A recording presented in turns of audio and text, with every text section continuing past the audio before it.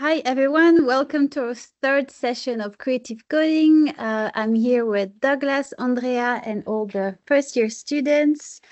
We are very pleased today to welcome Seo Hyojung, who is a generative artist based in Seoul, but she will tell us more about her practice. And then after that, we'll have time for questions. I will just copy-paste here for the people online. If you want to ask a question, feel free to do it through the link that I just posted on the chat. So whenever you're ready. Okay, so can I start? Yes, whenever you're ready. Nice to meet you. Hello, my name is Seo Hyojung, and I'm a generative artist. First, thank you, Alexia and Hedijuna, for the invitation and the opportunity to share my work and to be part of this event. And I'd like to start by saying that I recorded this talk in advance because I'm not very fluent in English, so I hope you will understand. During the talk, please feel free to leave your questions through Slido, and I will do my best to answer them at the end.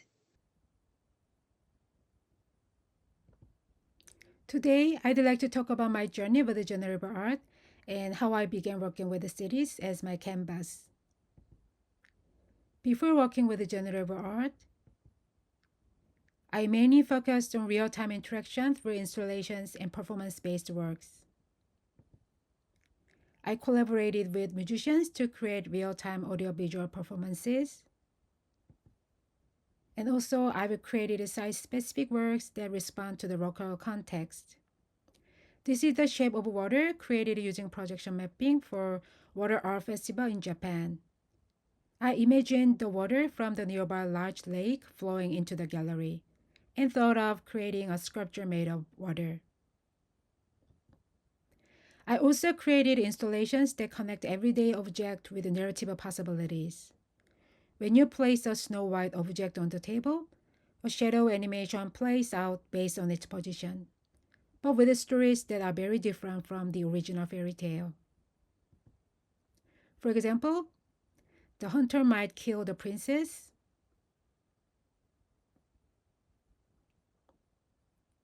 or propose to her,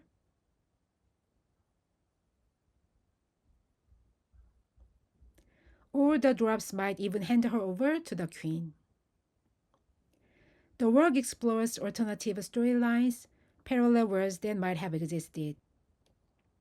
Then came a moment that changed my life in a big way, the pandemic.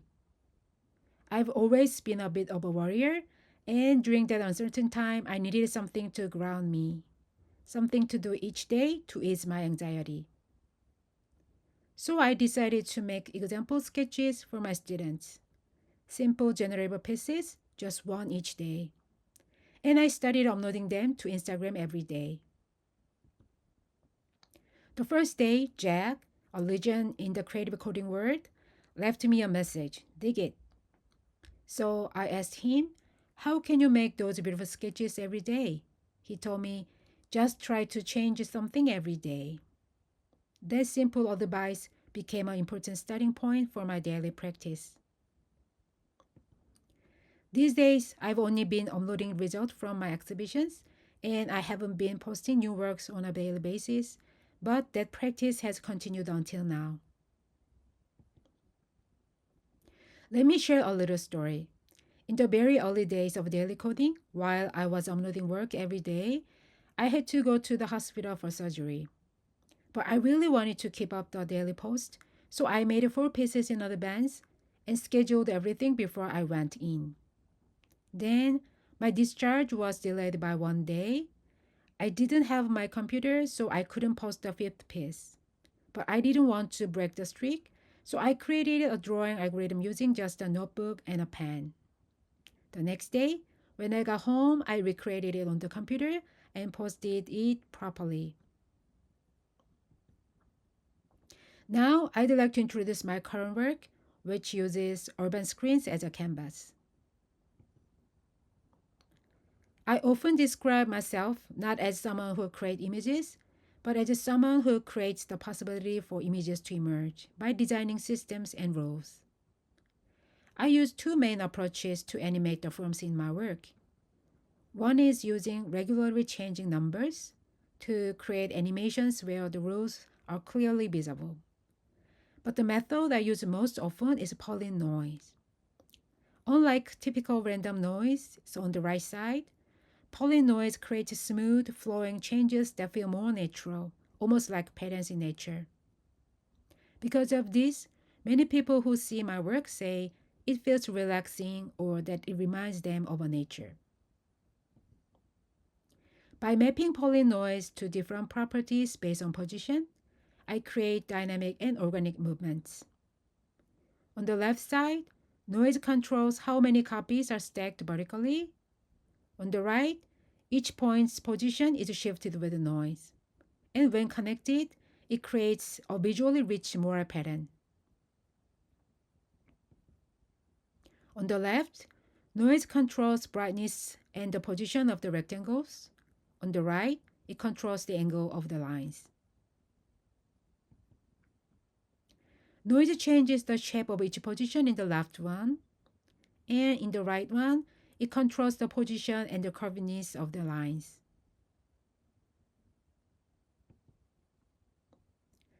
Another important element in my work is how we perceive images, which relates to Gestalt theory in visual psychology. In this piece, the layout seems to keep shifting. At times, it appears as a full square. Other times, you might see 5 vertical columns or 5 horizontal rows. Each cylinder is simply rotating at a different speed in place, but because of Gestalt principles like similarity and proximity, our brains keep reorganizing the patterns in different ways. When I increase the number of rotating elements, even more patterns start to appear.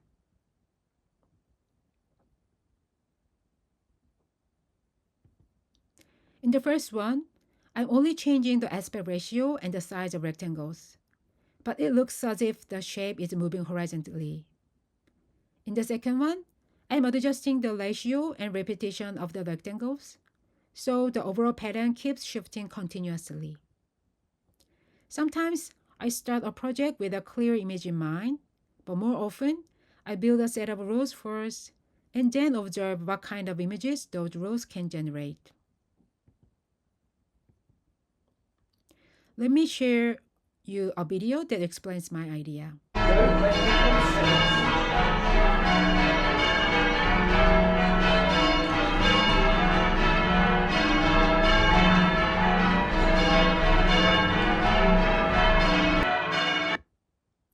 This is change ringing. Instead of playing a fixed melody, change ringing creates music by rearranging the order of a set of bells again and again. In the same way, my process is not about deciding on a final image and working toward it. Instead, I set a set of rules, run them, and see what kind of image will emerge. I create a single algorithm to generate images by adding rules, then explore a wide range of outcomes by changing random variables. To better express the character of my algorithms, I prefer to create works in the form of animation rather than still images. These works studied from the same rules. After I create algorithm, I explore its possibilities day by day, changing variables or adjusting the rules to see what it can become. Each time I discover a new variation, it brings me a quiet sense of joy. Even on days when I don't feel very productive, uploading just one small piece before bed makes me feel like I've had a good day. I'd like to introduce a work inspired by its form. Okchundang is a traditional Korean candy often used in celebrations such as weddings, birthdays, and ancestral rituals. Its bright colors and circular shape symbolizes good fortune, joy, and the sweetness of life. I found a sense of order in the form of okchundang built from arcs and created patterns based on it. During ceremonies, okchundang is arranged in stacked layers that rotate so each side reveals a different face. So I use the variables such as rotation speed and spacing of each circle, the number of columns, and the size of circles to create a wide range of patterns. I found it fascinating how the patterns, all generated from a single algorithm, could appear both similar and uniquely different at the same time.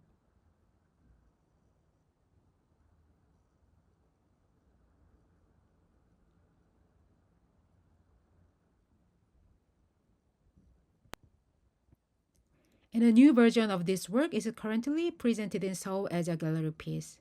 I enjoyed seeing how it revealed different kind of beauty on a small screen, with the light softly coloring the space around it. My daily coding works have allowed me to take part in variety of exhibitions. Some of them used as key visuals for events and as visuals for online articles and as visuals for performance.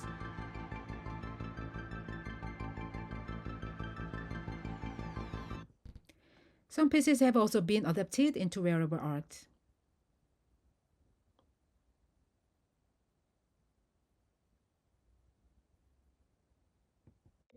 Or displayed in digital frames for sale.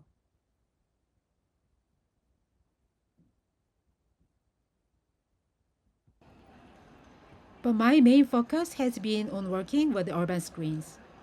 The first time my work was shown on a public screen was at Incheon International Airport at 2022. I had the opportunity to use the actual screens already installed across the airport to display the work.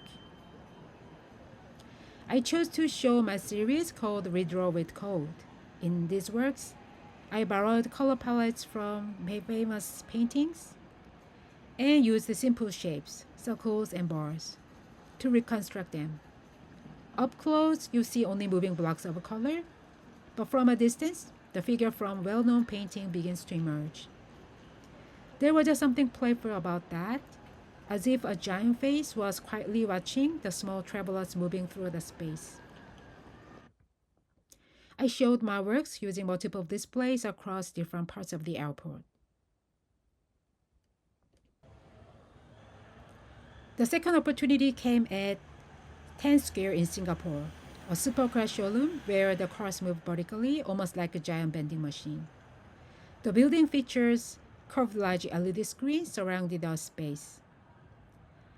But I didn't see it as a just big TV. To me, they felt more like windows that rebuilt the inner structure of the building. So I created visuals that echoed the vertical motion of the steel frame and used the anamorphic technique to give the illusion of depth, making the screen appear three-dimensional rather than flat. This project became a turning point in how I think about space and screen, and it marked the beginning of a new direction in my practice.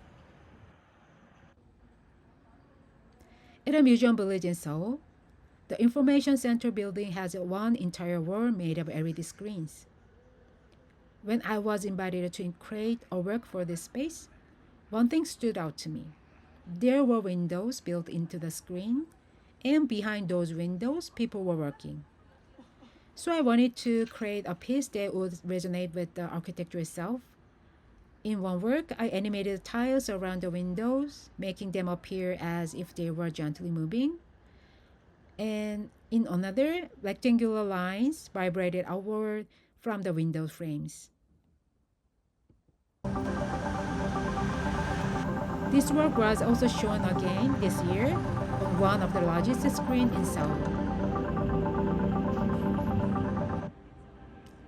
After showing my previous work, I was invited to present a piece that at the Blink Festival in Cincinnati last year. It had many windows, and I saw those square shapes as graphic elements I could work with. Rather than hiding or ignoring the windows, I treated them as active elements to interact with the building structure. This building is a department store Mori in Shibuya, Tokyo. For a long time, I've thought that the white pillars were its most iconic feature. So when I had the opportunity to create a piece for this space, I wanted to design a work that extends the form of the pillars, blending the screen with the building itself.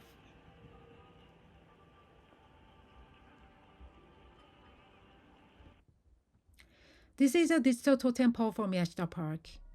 When I first saw the digital pillar at Miyashita Park, what caught my eye was the combination of four-sided high-resolution screens and a mirrored ceiling. The mirror reflects the pillar, making it appear much taller, almost like a structure reaching into the sky.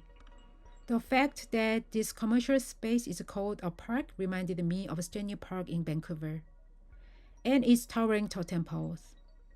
So I imagined this installation as a kind of digital totem pole, a structure that evolved constantly over time. By using symmetry through the mirrored reflection, the shapes sometimes resemble faces of the people or animals, adding a symbolic and almost spiritual presence to the space. This year, I had the opportunity to create a piece using four screens at the Shibuya Scramble Crossing, playing at the same time. What I hoped for was not the four screens to act separately, but to move as if they were one connected canvas. The piece I showed on the screen at Shibuya is called Pauline Boogie Oogie. Is there any artwork that comes to mind when you see this? As you might have guessed from the title, this work was inspired by Mondrian's Boogie Oogie. My work visualizes both the individual movement of pedestrians and the collective flow of the crowd at the Shibuya Scramble Crossing. I created this piece in 2021, inspired by the energy of Shibuya. So it was a real joy to finally present it at the very location in 2025. This work was inspired by the flowing lights and path of cars in the city. And for me, the most exciting part was seeing the artwork side by side with the actual movement of traffic, blurring the line between the code and real life. I create images through rules, and cities also move by their own rules. When the light turns red, we stop, and when it turns green, we move. When generative art appears on city billboards, it brings a flat, low-resolution image into the space filled with high realistic ads. Each piece is generated again to fit different screen sizes, so it connects well with the architecture around it. That's what I find exciting when I work with the city as my canvas. I often get the chance to use different types of screens, and I really enjoy the coming up with the ideas that respond to each one's unique character. For the LED screen installed on a bridge, its wrong horizontal shape made me imagine forms slowly moving in a single line. Seeing the motion of people on the bridge together with the movement of these forms became an important element of this piece, revealing a new kind of relationship between them.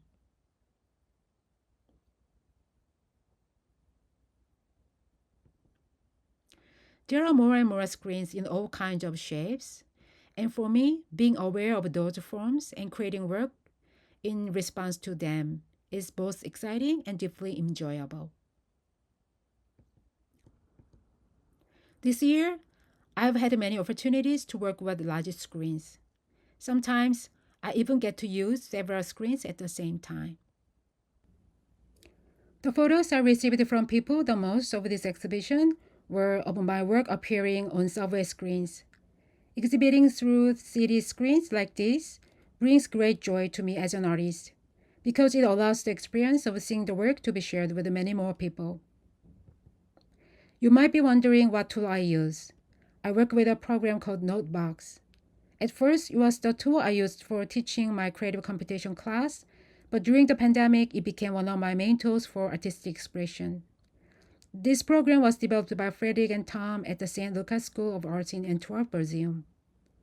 Notebox also supports OS communication, so it's easy to connect with external devices, and it allows us to import CSV files for data visualization.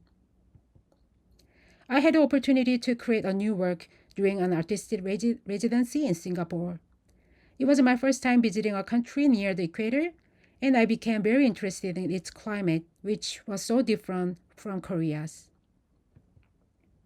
So I collected 5 years of weather data and created a data drawing project. Rather than focusing on presenting exact numerical values, I approached the data as material for drawing and visual exploration.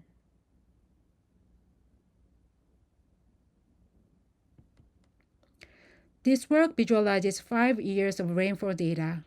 I grouped the data by week and created a vertical animation that moves as if rain were falling.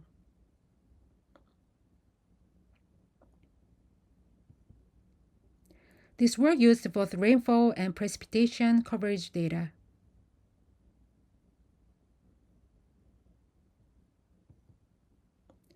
This work represents the wind speed. The length of each rectangle shows the speed of the wind, and I used noise values to make them gently shake. So the whole piece could convey the feeling of the wind itself. This piece visualizes daily high temperatures, grouping the data into 3 month periods and expressing them as circles. I tried to capture the feeling of a heat shimmering in sunlight like a mirage.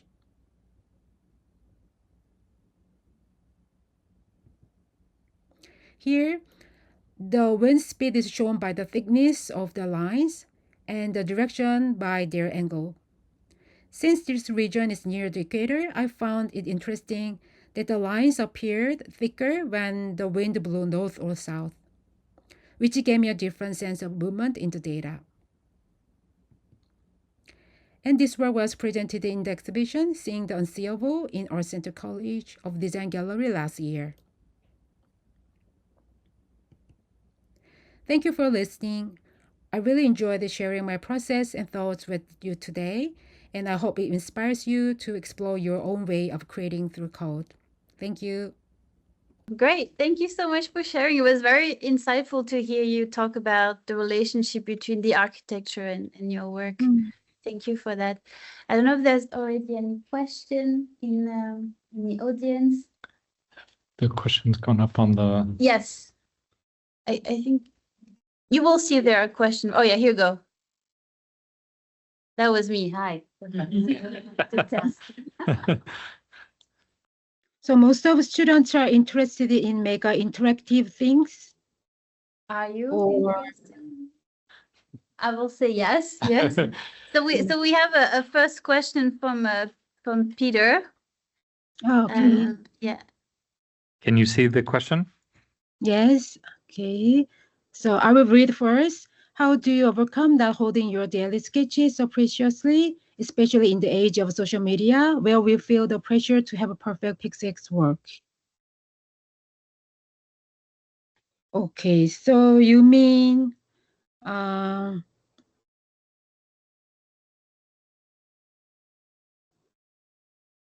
in my case, the reason I could keep working on it is really, it's because I had a social media, because sometimes I have no idea what I have to make. And so sometimes there's no inspiration at all. But I have a feeling doing SNS is kind of the promise with me, myself. So anyway, I really try to myself to keep updating and upload every day. So even though I couldn't make anything, but anyway, just 10 minutes before to 12 p.m., I just sit on the desk and I just adding some notes to make something. But at the first time, it doesn't make anything good. But anyway, if I try to make something just for the SNS, but anyway, sometimes it gives me a really nice idea. So in my case, I use SNS as the energy to keep going on. And what I found is these days, maybe if I treat this my artwork, my sketches into precious artworks, maybe I have to keep hiding, and I have to keep inside me.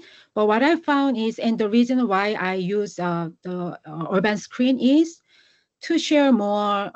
My artwork is really meaningful these days, because art piece before digital era, it has to be only shared by some people who can pay, and it has to be owned by someone.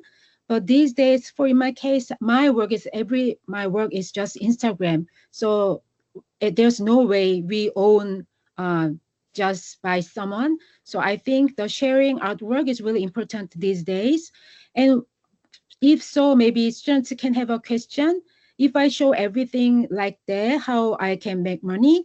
But I think the selling is not the only way to get the money for the artist.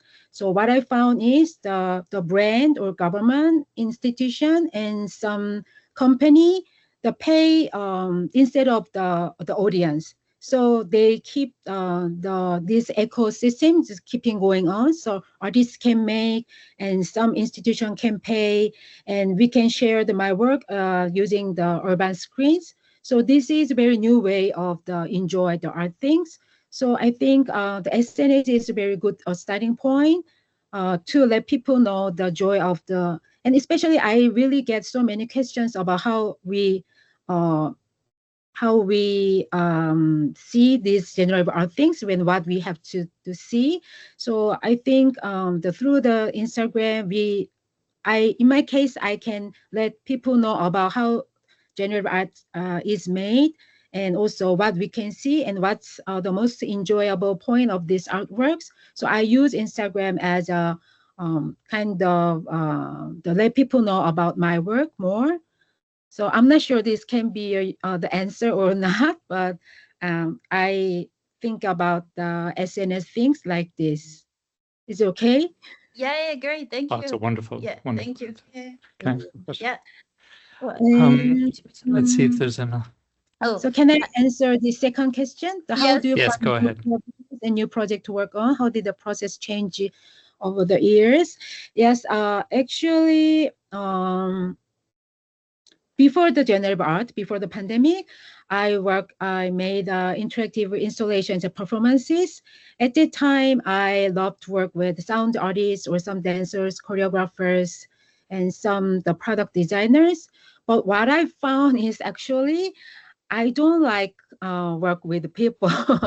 So I just want to keep my style. So actually, this is secret to my students because I always in my class keep saying to my students, we have to work together. But what I found is I don't like it. So these days I'm really happy because I just keep concentrate on myself and what I like and what I want to make. So so at the time, how I could find my collaborator is I tried to join many workshops, because in workshops there are some leader to deliver some knowledges, but there are so many people who want to know more from the various fields. So I could meet someone who are interested in the same thing with me, and they from the different side. So I think the join the workshop is one of the good way to find a collaborator. And I think I keep saying, please do the Instagram or some SNS, because I think let people know about what I'm doing is really important these days. So if you say I have this and I like this and I can do this kind of things on SNS, I think people will find you naturally. So I think the first way is to join not only in the class, to join some workshop, and second, I think you have to let people know about what you are like and what you are doing. I think it will be the way. So maybe I already answered. My process is before the pandemic, I found some collaborator and make a chance to show my work. But these days, I already have quite many database in my Instagram. So some people want to use or some want to show my work to their places. They just contact me. So DM is really important tool for find the work or find the people. So I think that's the change of the process. And how do you turn an idea into a testable prototype for a large-scale installation? But luckily, I think I started my career as a media artist from 2004.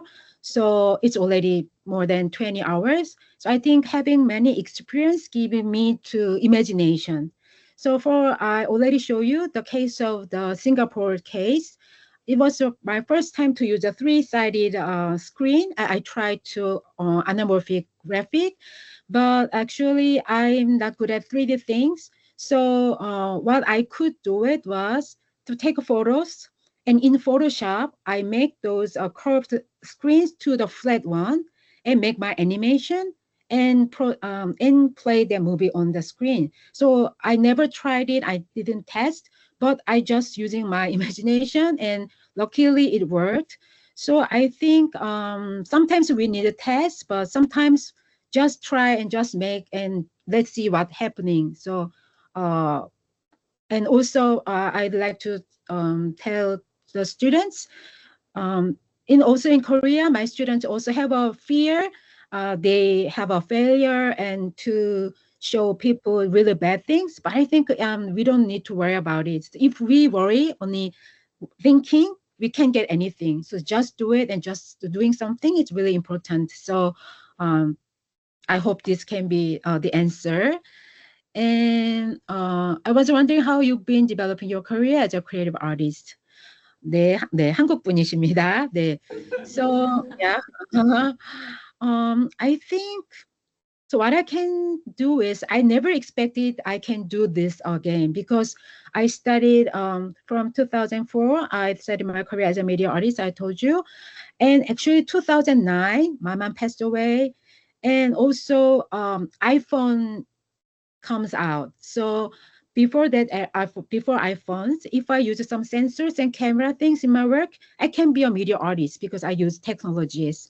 But after iPhone, all the spectacle things just happen on their hands. So it's not easy to be a media artist at that time. So I thought it was my the last moment, or that's the end of my career as an artist. But suddenly the pandemic happens, and I never expected I can be a new art things, or I can do it. But anyway, just what I did is just do what I can do at the position at that moment. So I think without to think, I think sometimes to think in the long distance or long time plans. But I think, but most if I accumulate the small happy moment and precious short times, it can be my whole life. So what I want to let people know is just focus on the right now. And if you can do just what you can do, it will read you some places really nice, the place. So I believe it. And I think me is the very good the example and the case for that. We believe like that. So what I can say is just keep working on and let people know what you are doing. So even though I just based on Seoul, but I really can get many chance from the outside foreign countries. That's at this SNS, the good side of the SNS. You can shorten the distance of the whole other areas. So I hope you keep people know about what you are doing. Okay. And how much time do you spend on the daily sketches? Do you produce them in batch or in advance to free some time for when you work on bigger projects? It's a nice question. Okay, so usually when I do just upload one work, sometimes it's only 5 minutes, sometimes 2 hours. But what I can tell you is, even though I make it in just 5 minutes, actually it has already my whole daily coding history. So always it comes from 5 years plus 5 minutes. I feel like that. So if you do more and more, the working time will be shortened and shortened, because if I have one algorithm, if I change just one row or one variables and change some numbers, it can give really different feeling and different idea. And what my work style is, I usually doesn't imagine what it will look like. So I just make some rotation things, and sometimes I just make a move up and upward. And actually the message from the audience in my Instagram is really important for me because they give me a really new direction or new vision of how we can see my work. So sometimes when I got offer from some work to relate to some themes, it's not from my main basic idea, but if see people something in my work, I can work in that way. So but in my case, for daily sketching, sometimes I don't spend a lot of times, but it can be because I did really many work already. And I try to do every day. But sometimes if I find really nice algorithm, yeah, so what I think of really good algorithm can give create new work and new direction by themselves. So if I find really nice algorithm, it's usually I show not only one work in Instagram. So if I found one nice algorithm, I will upload continuously, successive 3 days or 4 days. So sometimes I made it in advance, but sometimes I just really make every day. So it's a little different with the situation. And I think we have time for, because we have what, two more. Okay, let's do the last two question and then we have to conclude, because otherwise I feel we can talk for like another Yeah, hour. I can listen for hours. But I want to be mindful with your time because we said 10 minutes after your presentation. So I want to respect that. But yeah, so let's do the last two questions and then we can conclude. Okay, what are the main sources of inspiration beyond your search for new ideas, and how do you have handle moments when, for example, inspiration doesn't strike? Yes, so I think I already answered. So even though I don't have any inspiration, just I sit in front of my desk, just typing something and just connect some notes and watching what's going on, and suddenly it gives me the inspiration. So I think inspiration not only from the outside, I think we can create some inspiration from my side. So just do it is really important. And when new idea, so actually in university I major chemistry, so actually I don't have a strong some direction or some messages I want to express. So so in my case, I love to work with client base because they always give me some new assignment to have to solve. So if you don't have very strong inspirations, I think I recommend to working with others and bring their idea, and or sometimes they have already some needs to create something. It helped me to start working. Okay, so for an example, if I didn't go to the Singapore, I never tried to make data visualization. So it was a really nice chance to work on new things. So I think it can be one way. And do you have any plans to do online general art workshop? Because I'm interested in this a lot. Yes, actually, I got so many requests about this one. But I think maybe it comes from the language problem also. And I love to work a workshop and in person. But so I try to make more chances to in the other countries. But at this moment, I have no confidence I can do well in the online workshop, but I still keep getting this kind of requests. So I will try to find some way to do it. Okay, I will let you know first if I decide to do it. Okay, Yes, thank you. please do. Well, thank you so much for your time. There's so many things I'll take away from your talk. So thank you so I really appreciate that you shared your personal, point of view and history and all that. So thank you for this. And I wish you all the best. And let's keep in touch. Thank you so much. Beautiful, beautiful work. Yeah, thank you. Thank you. Bye.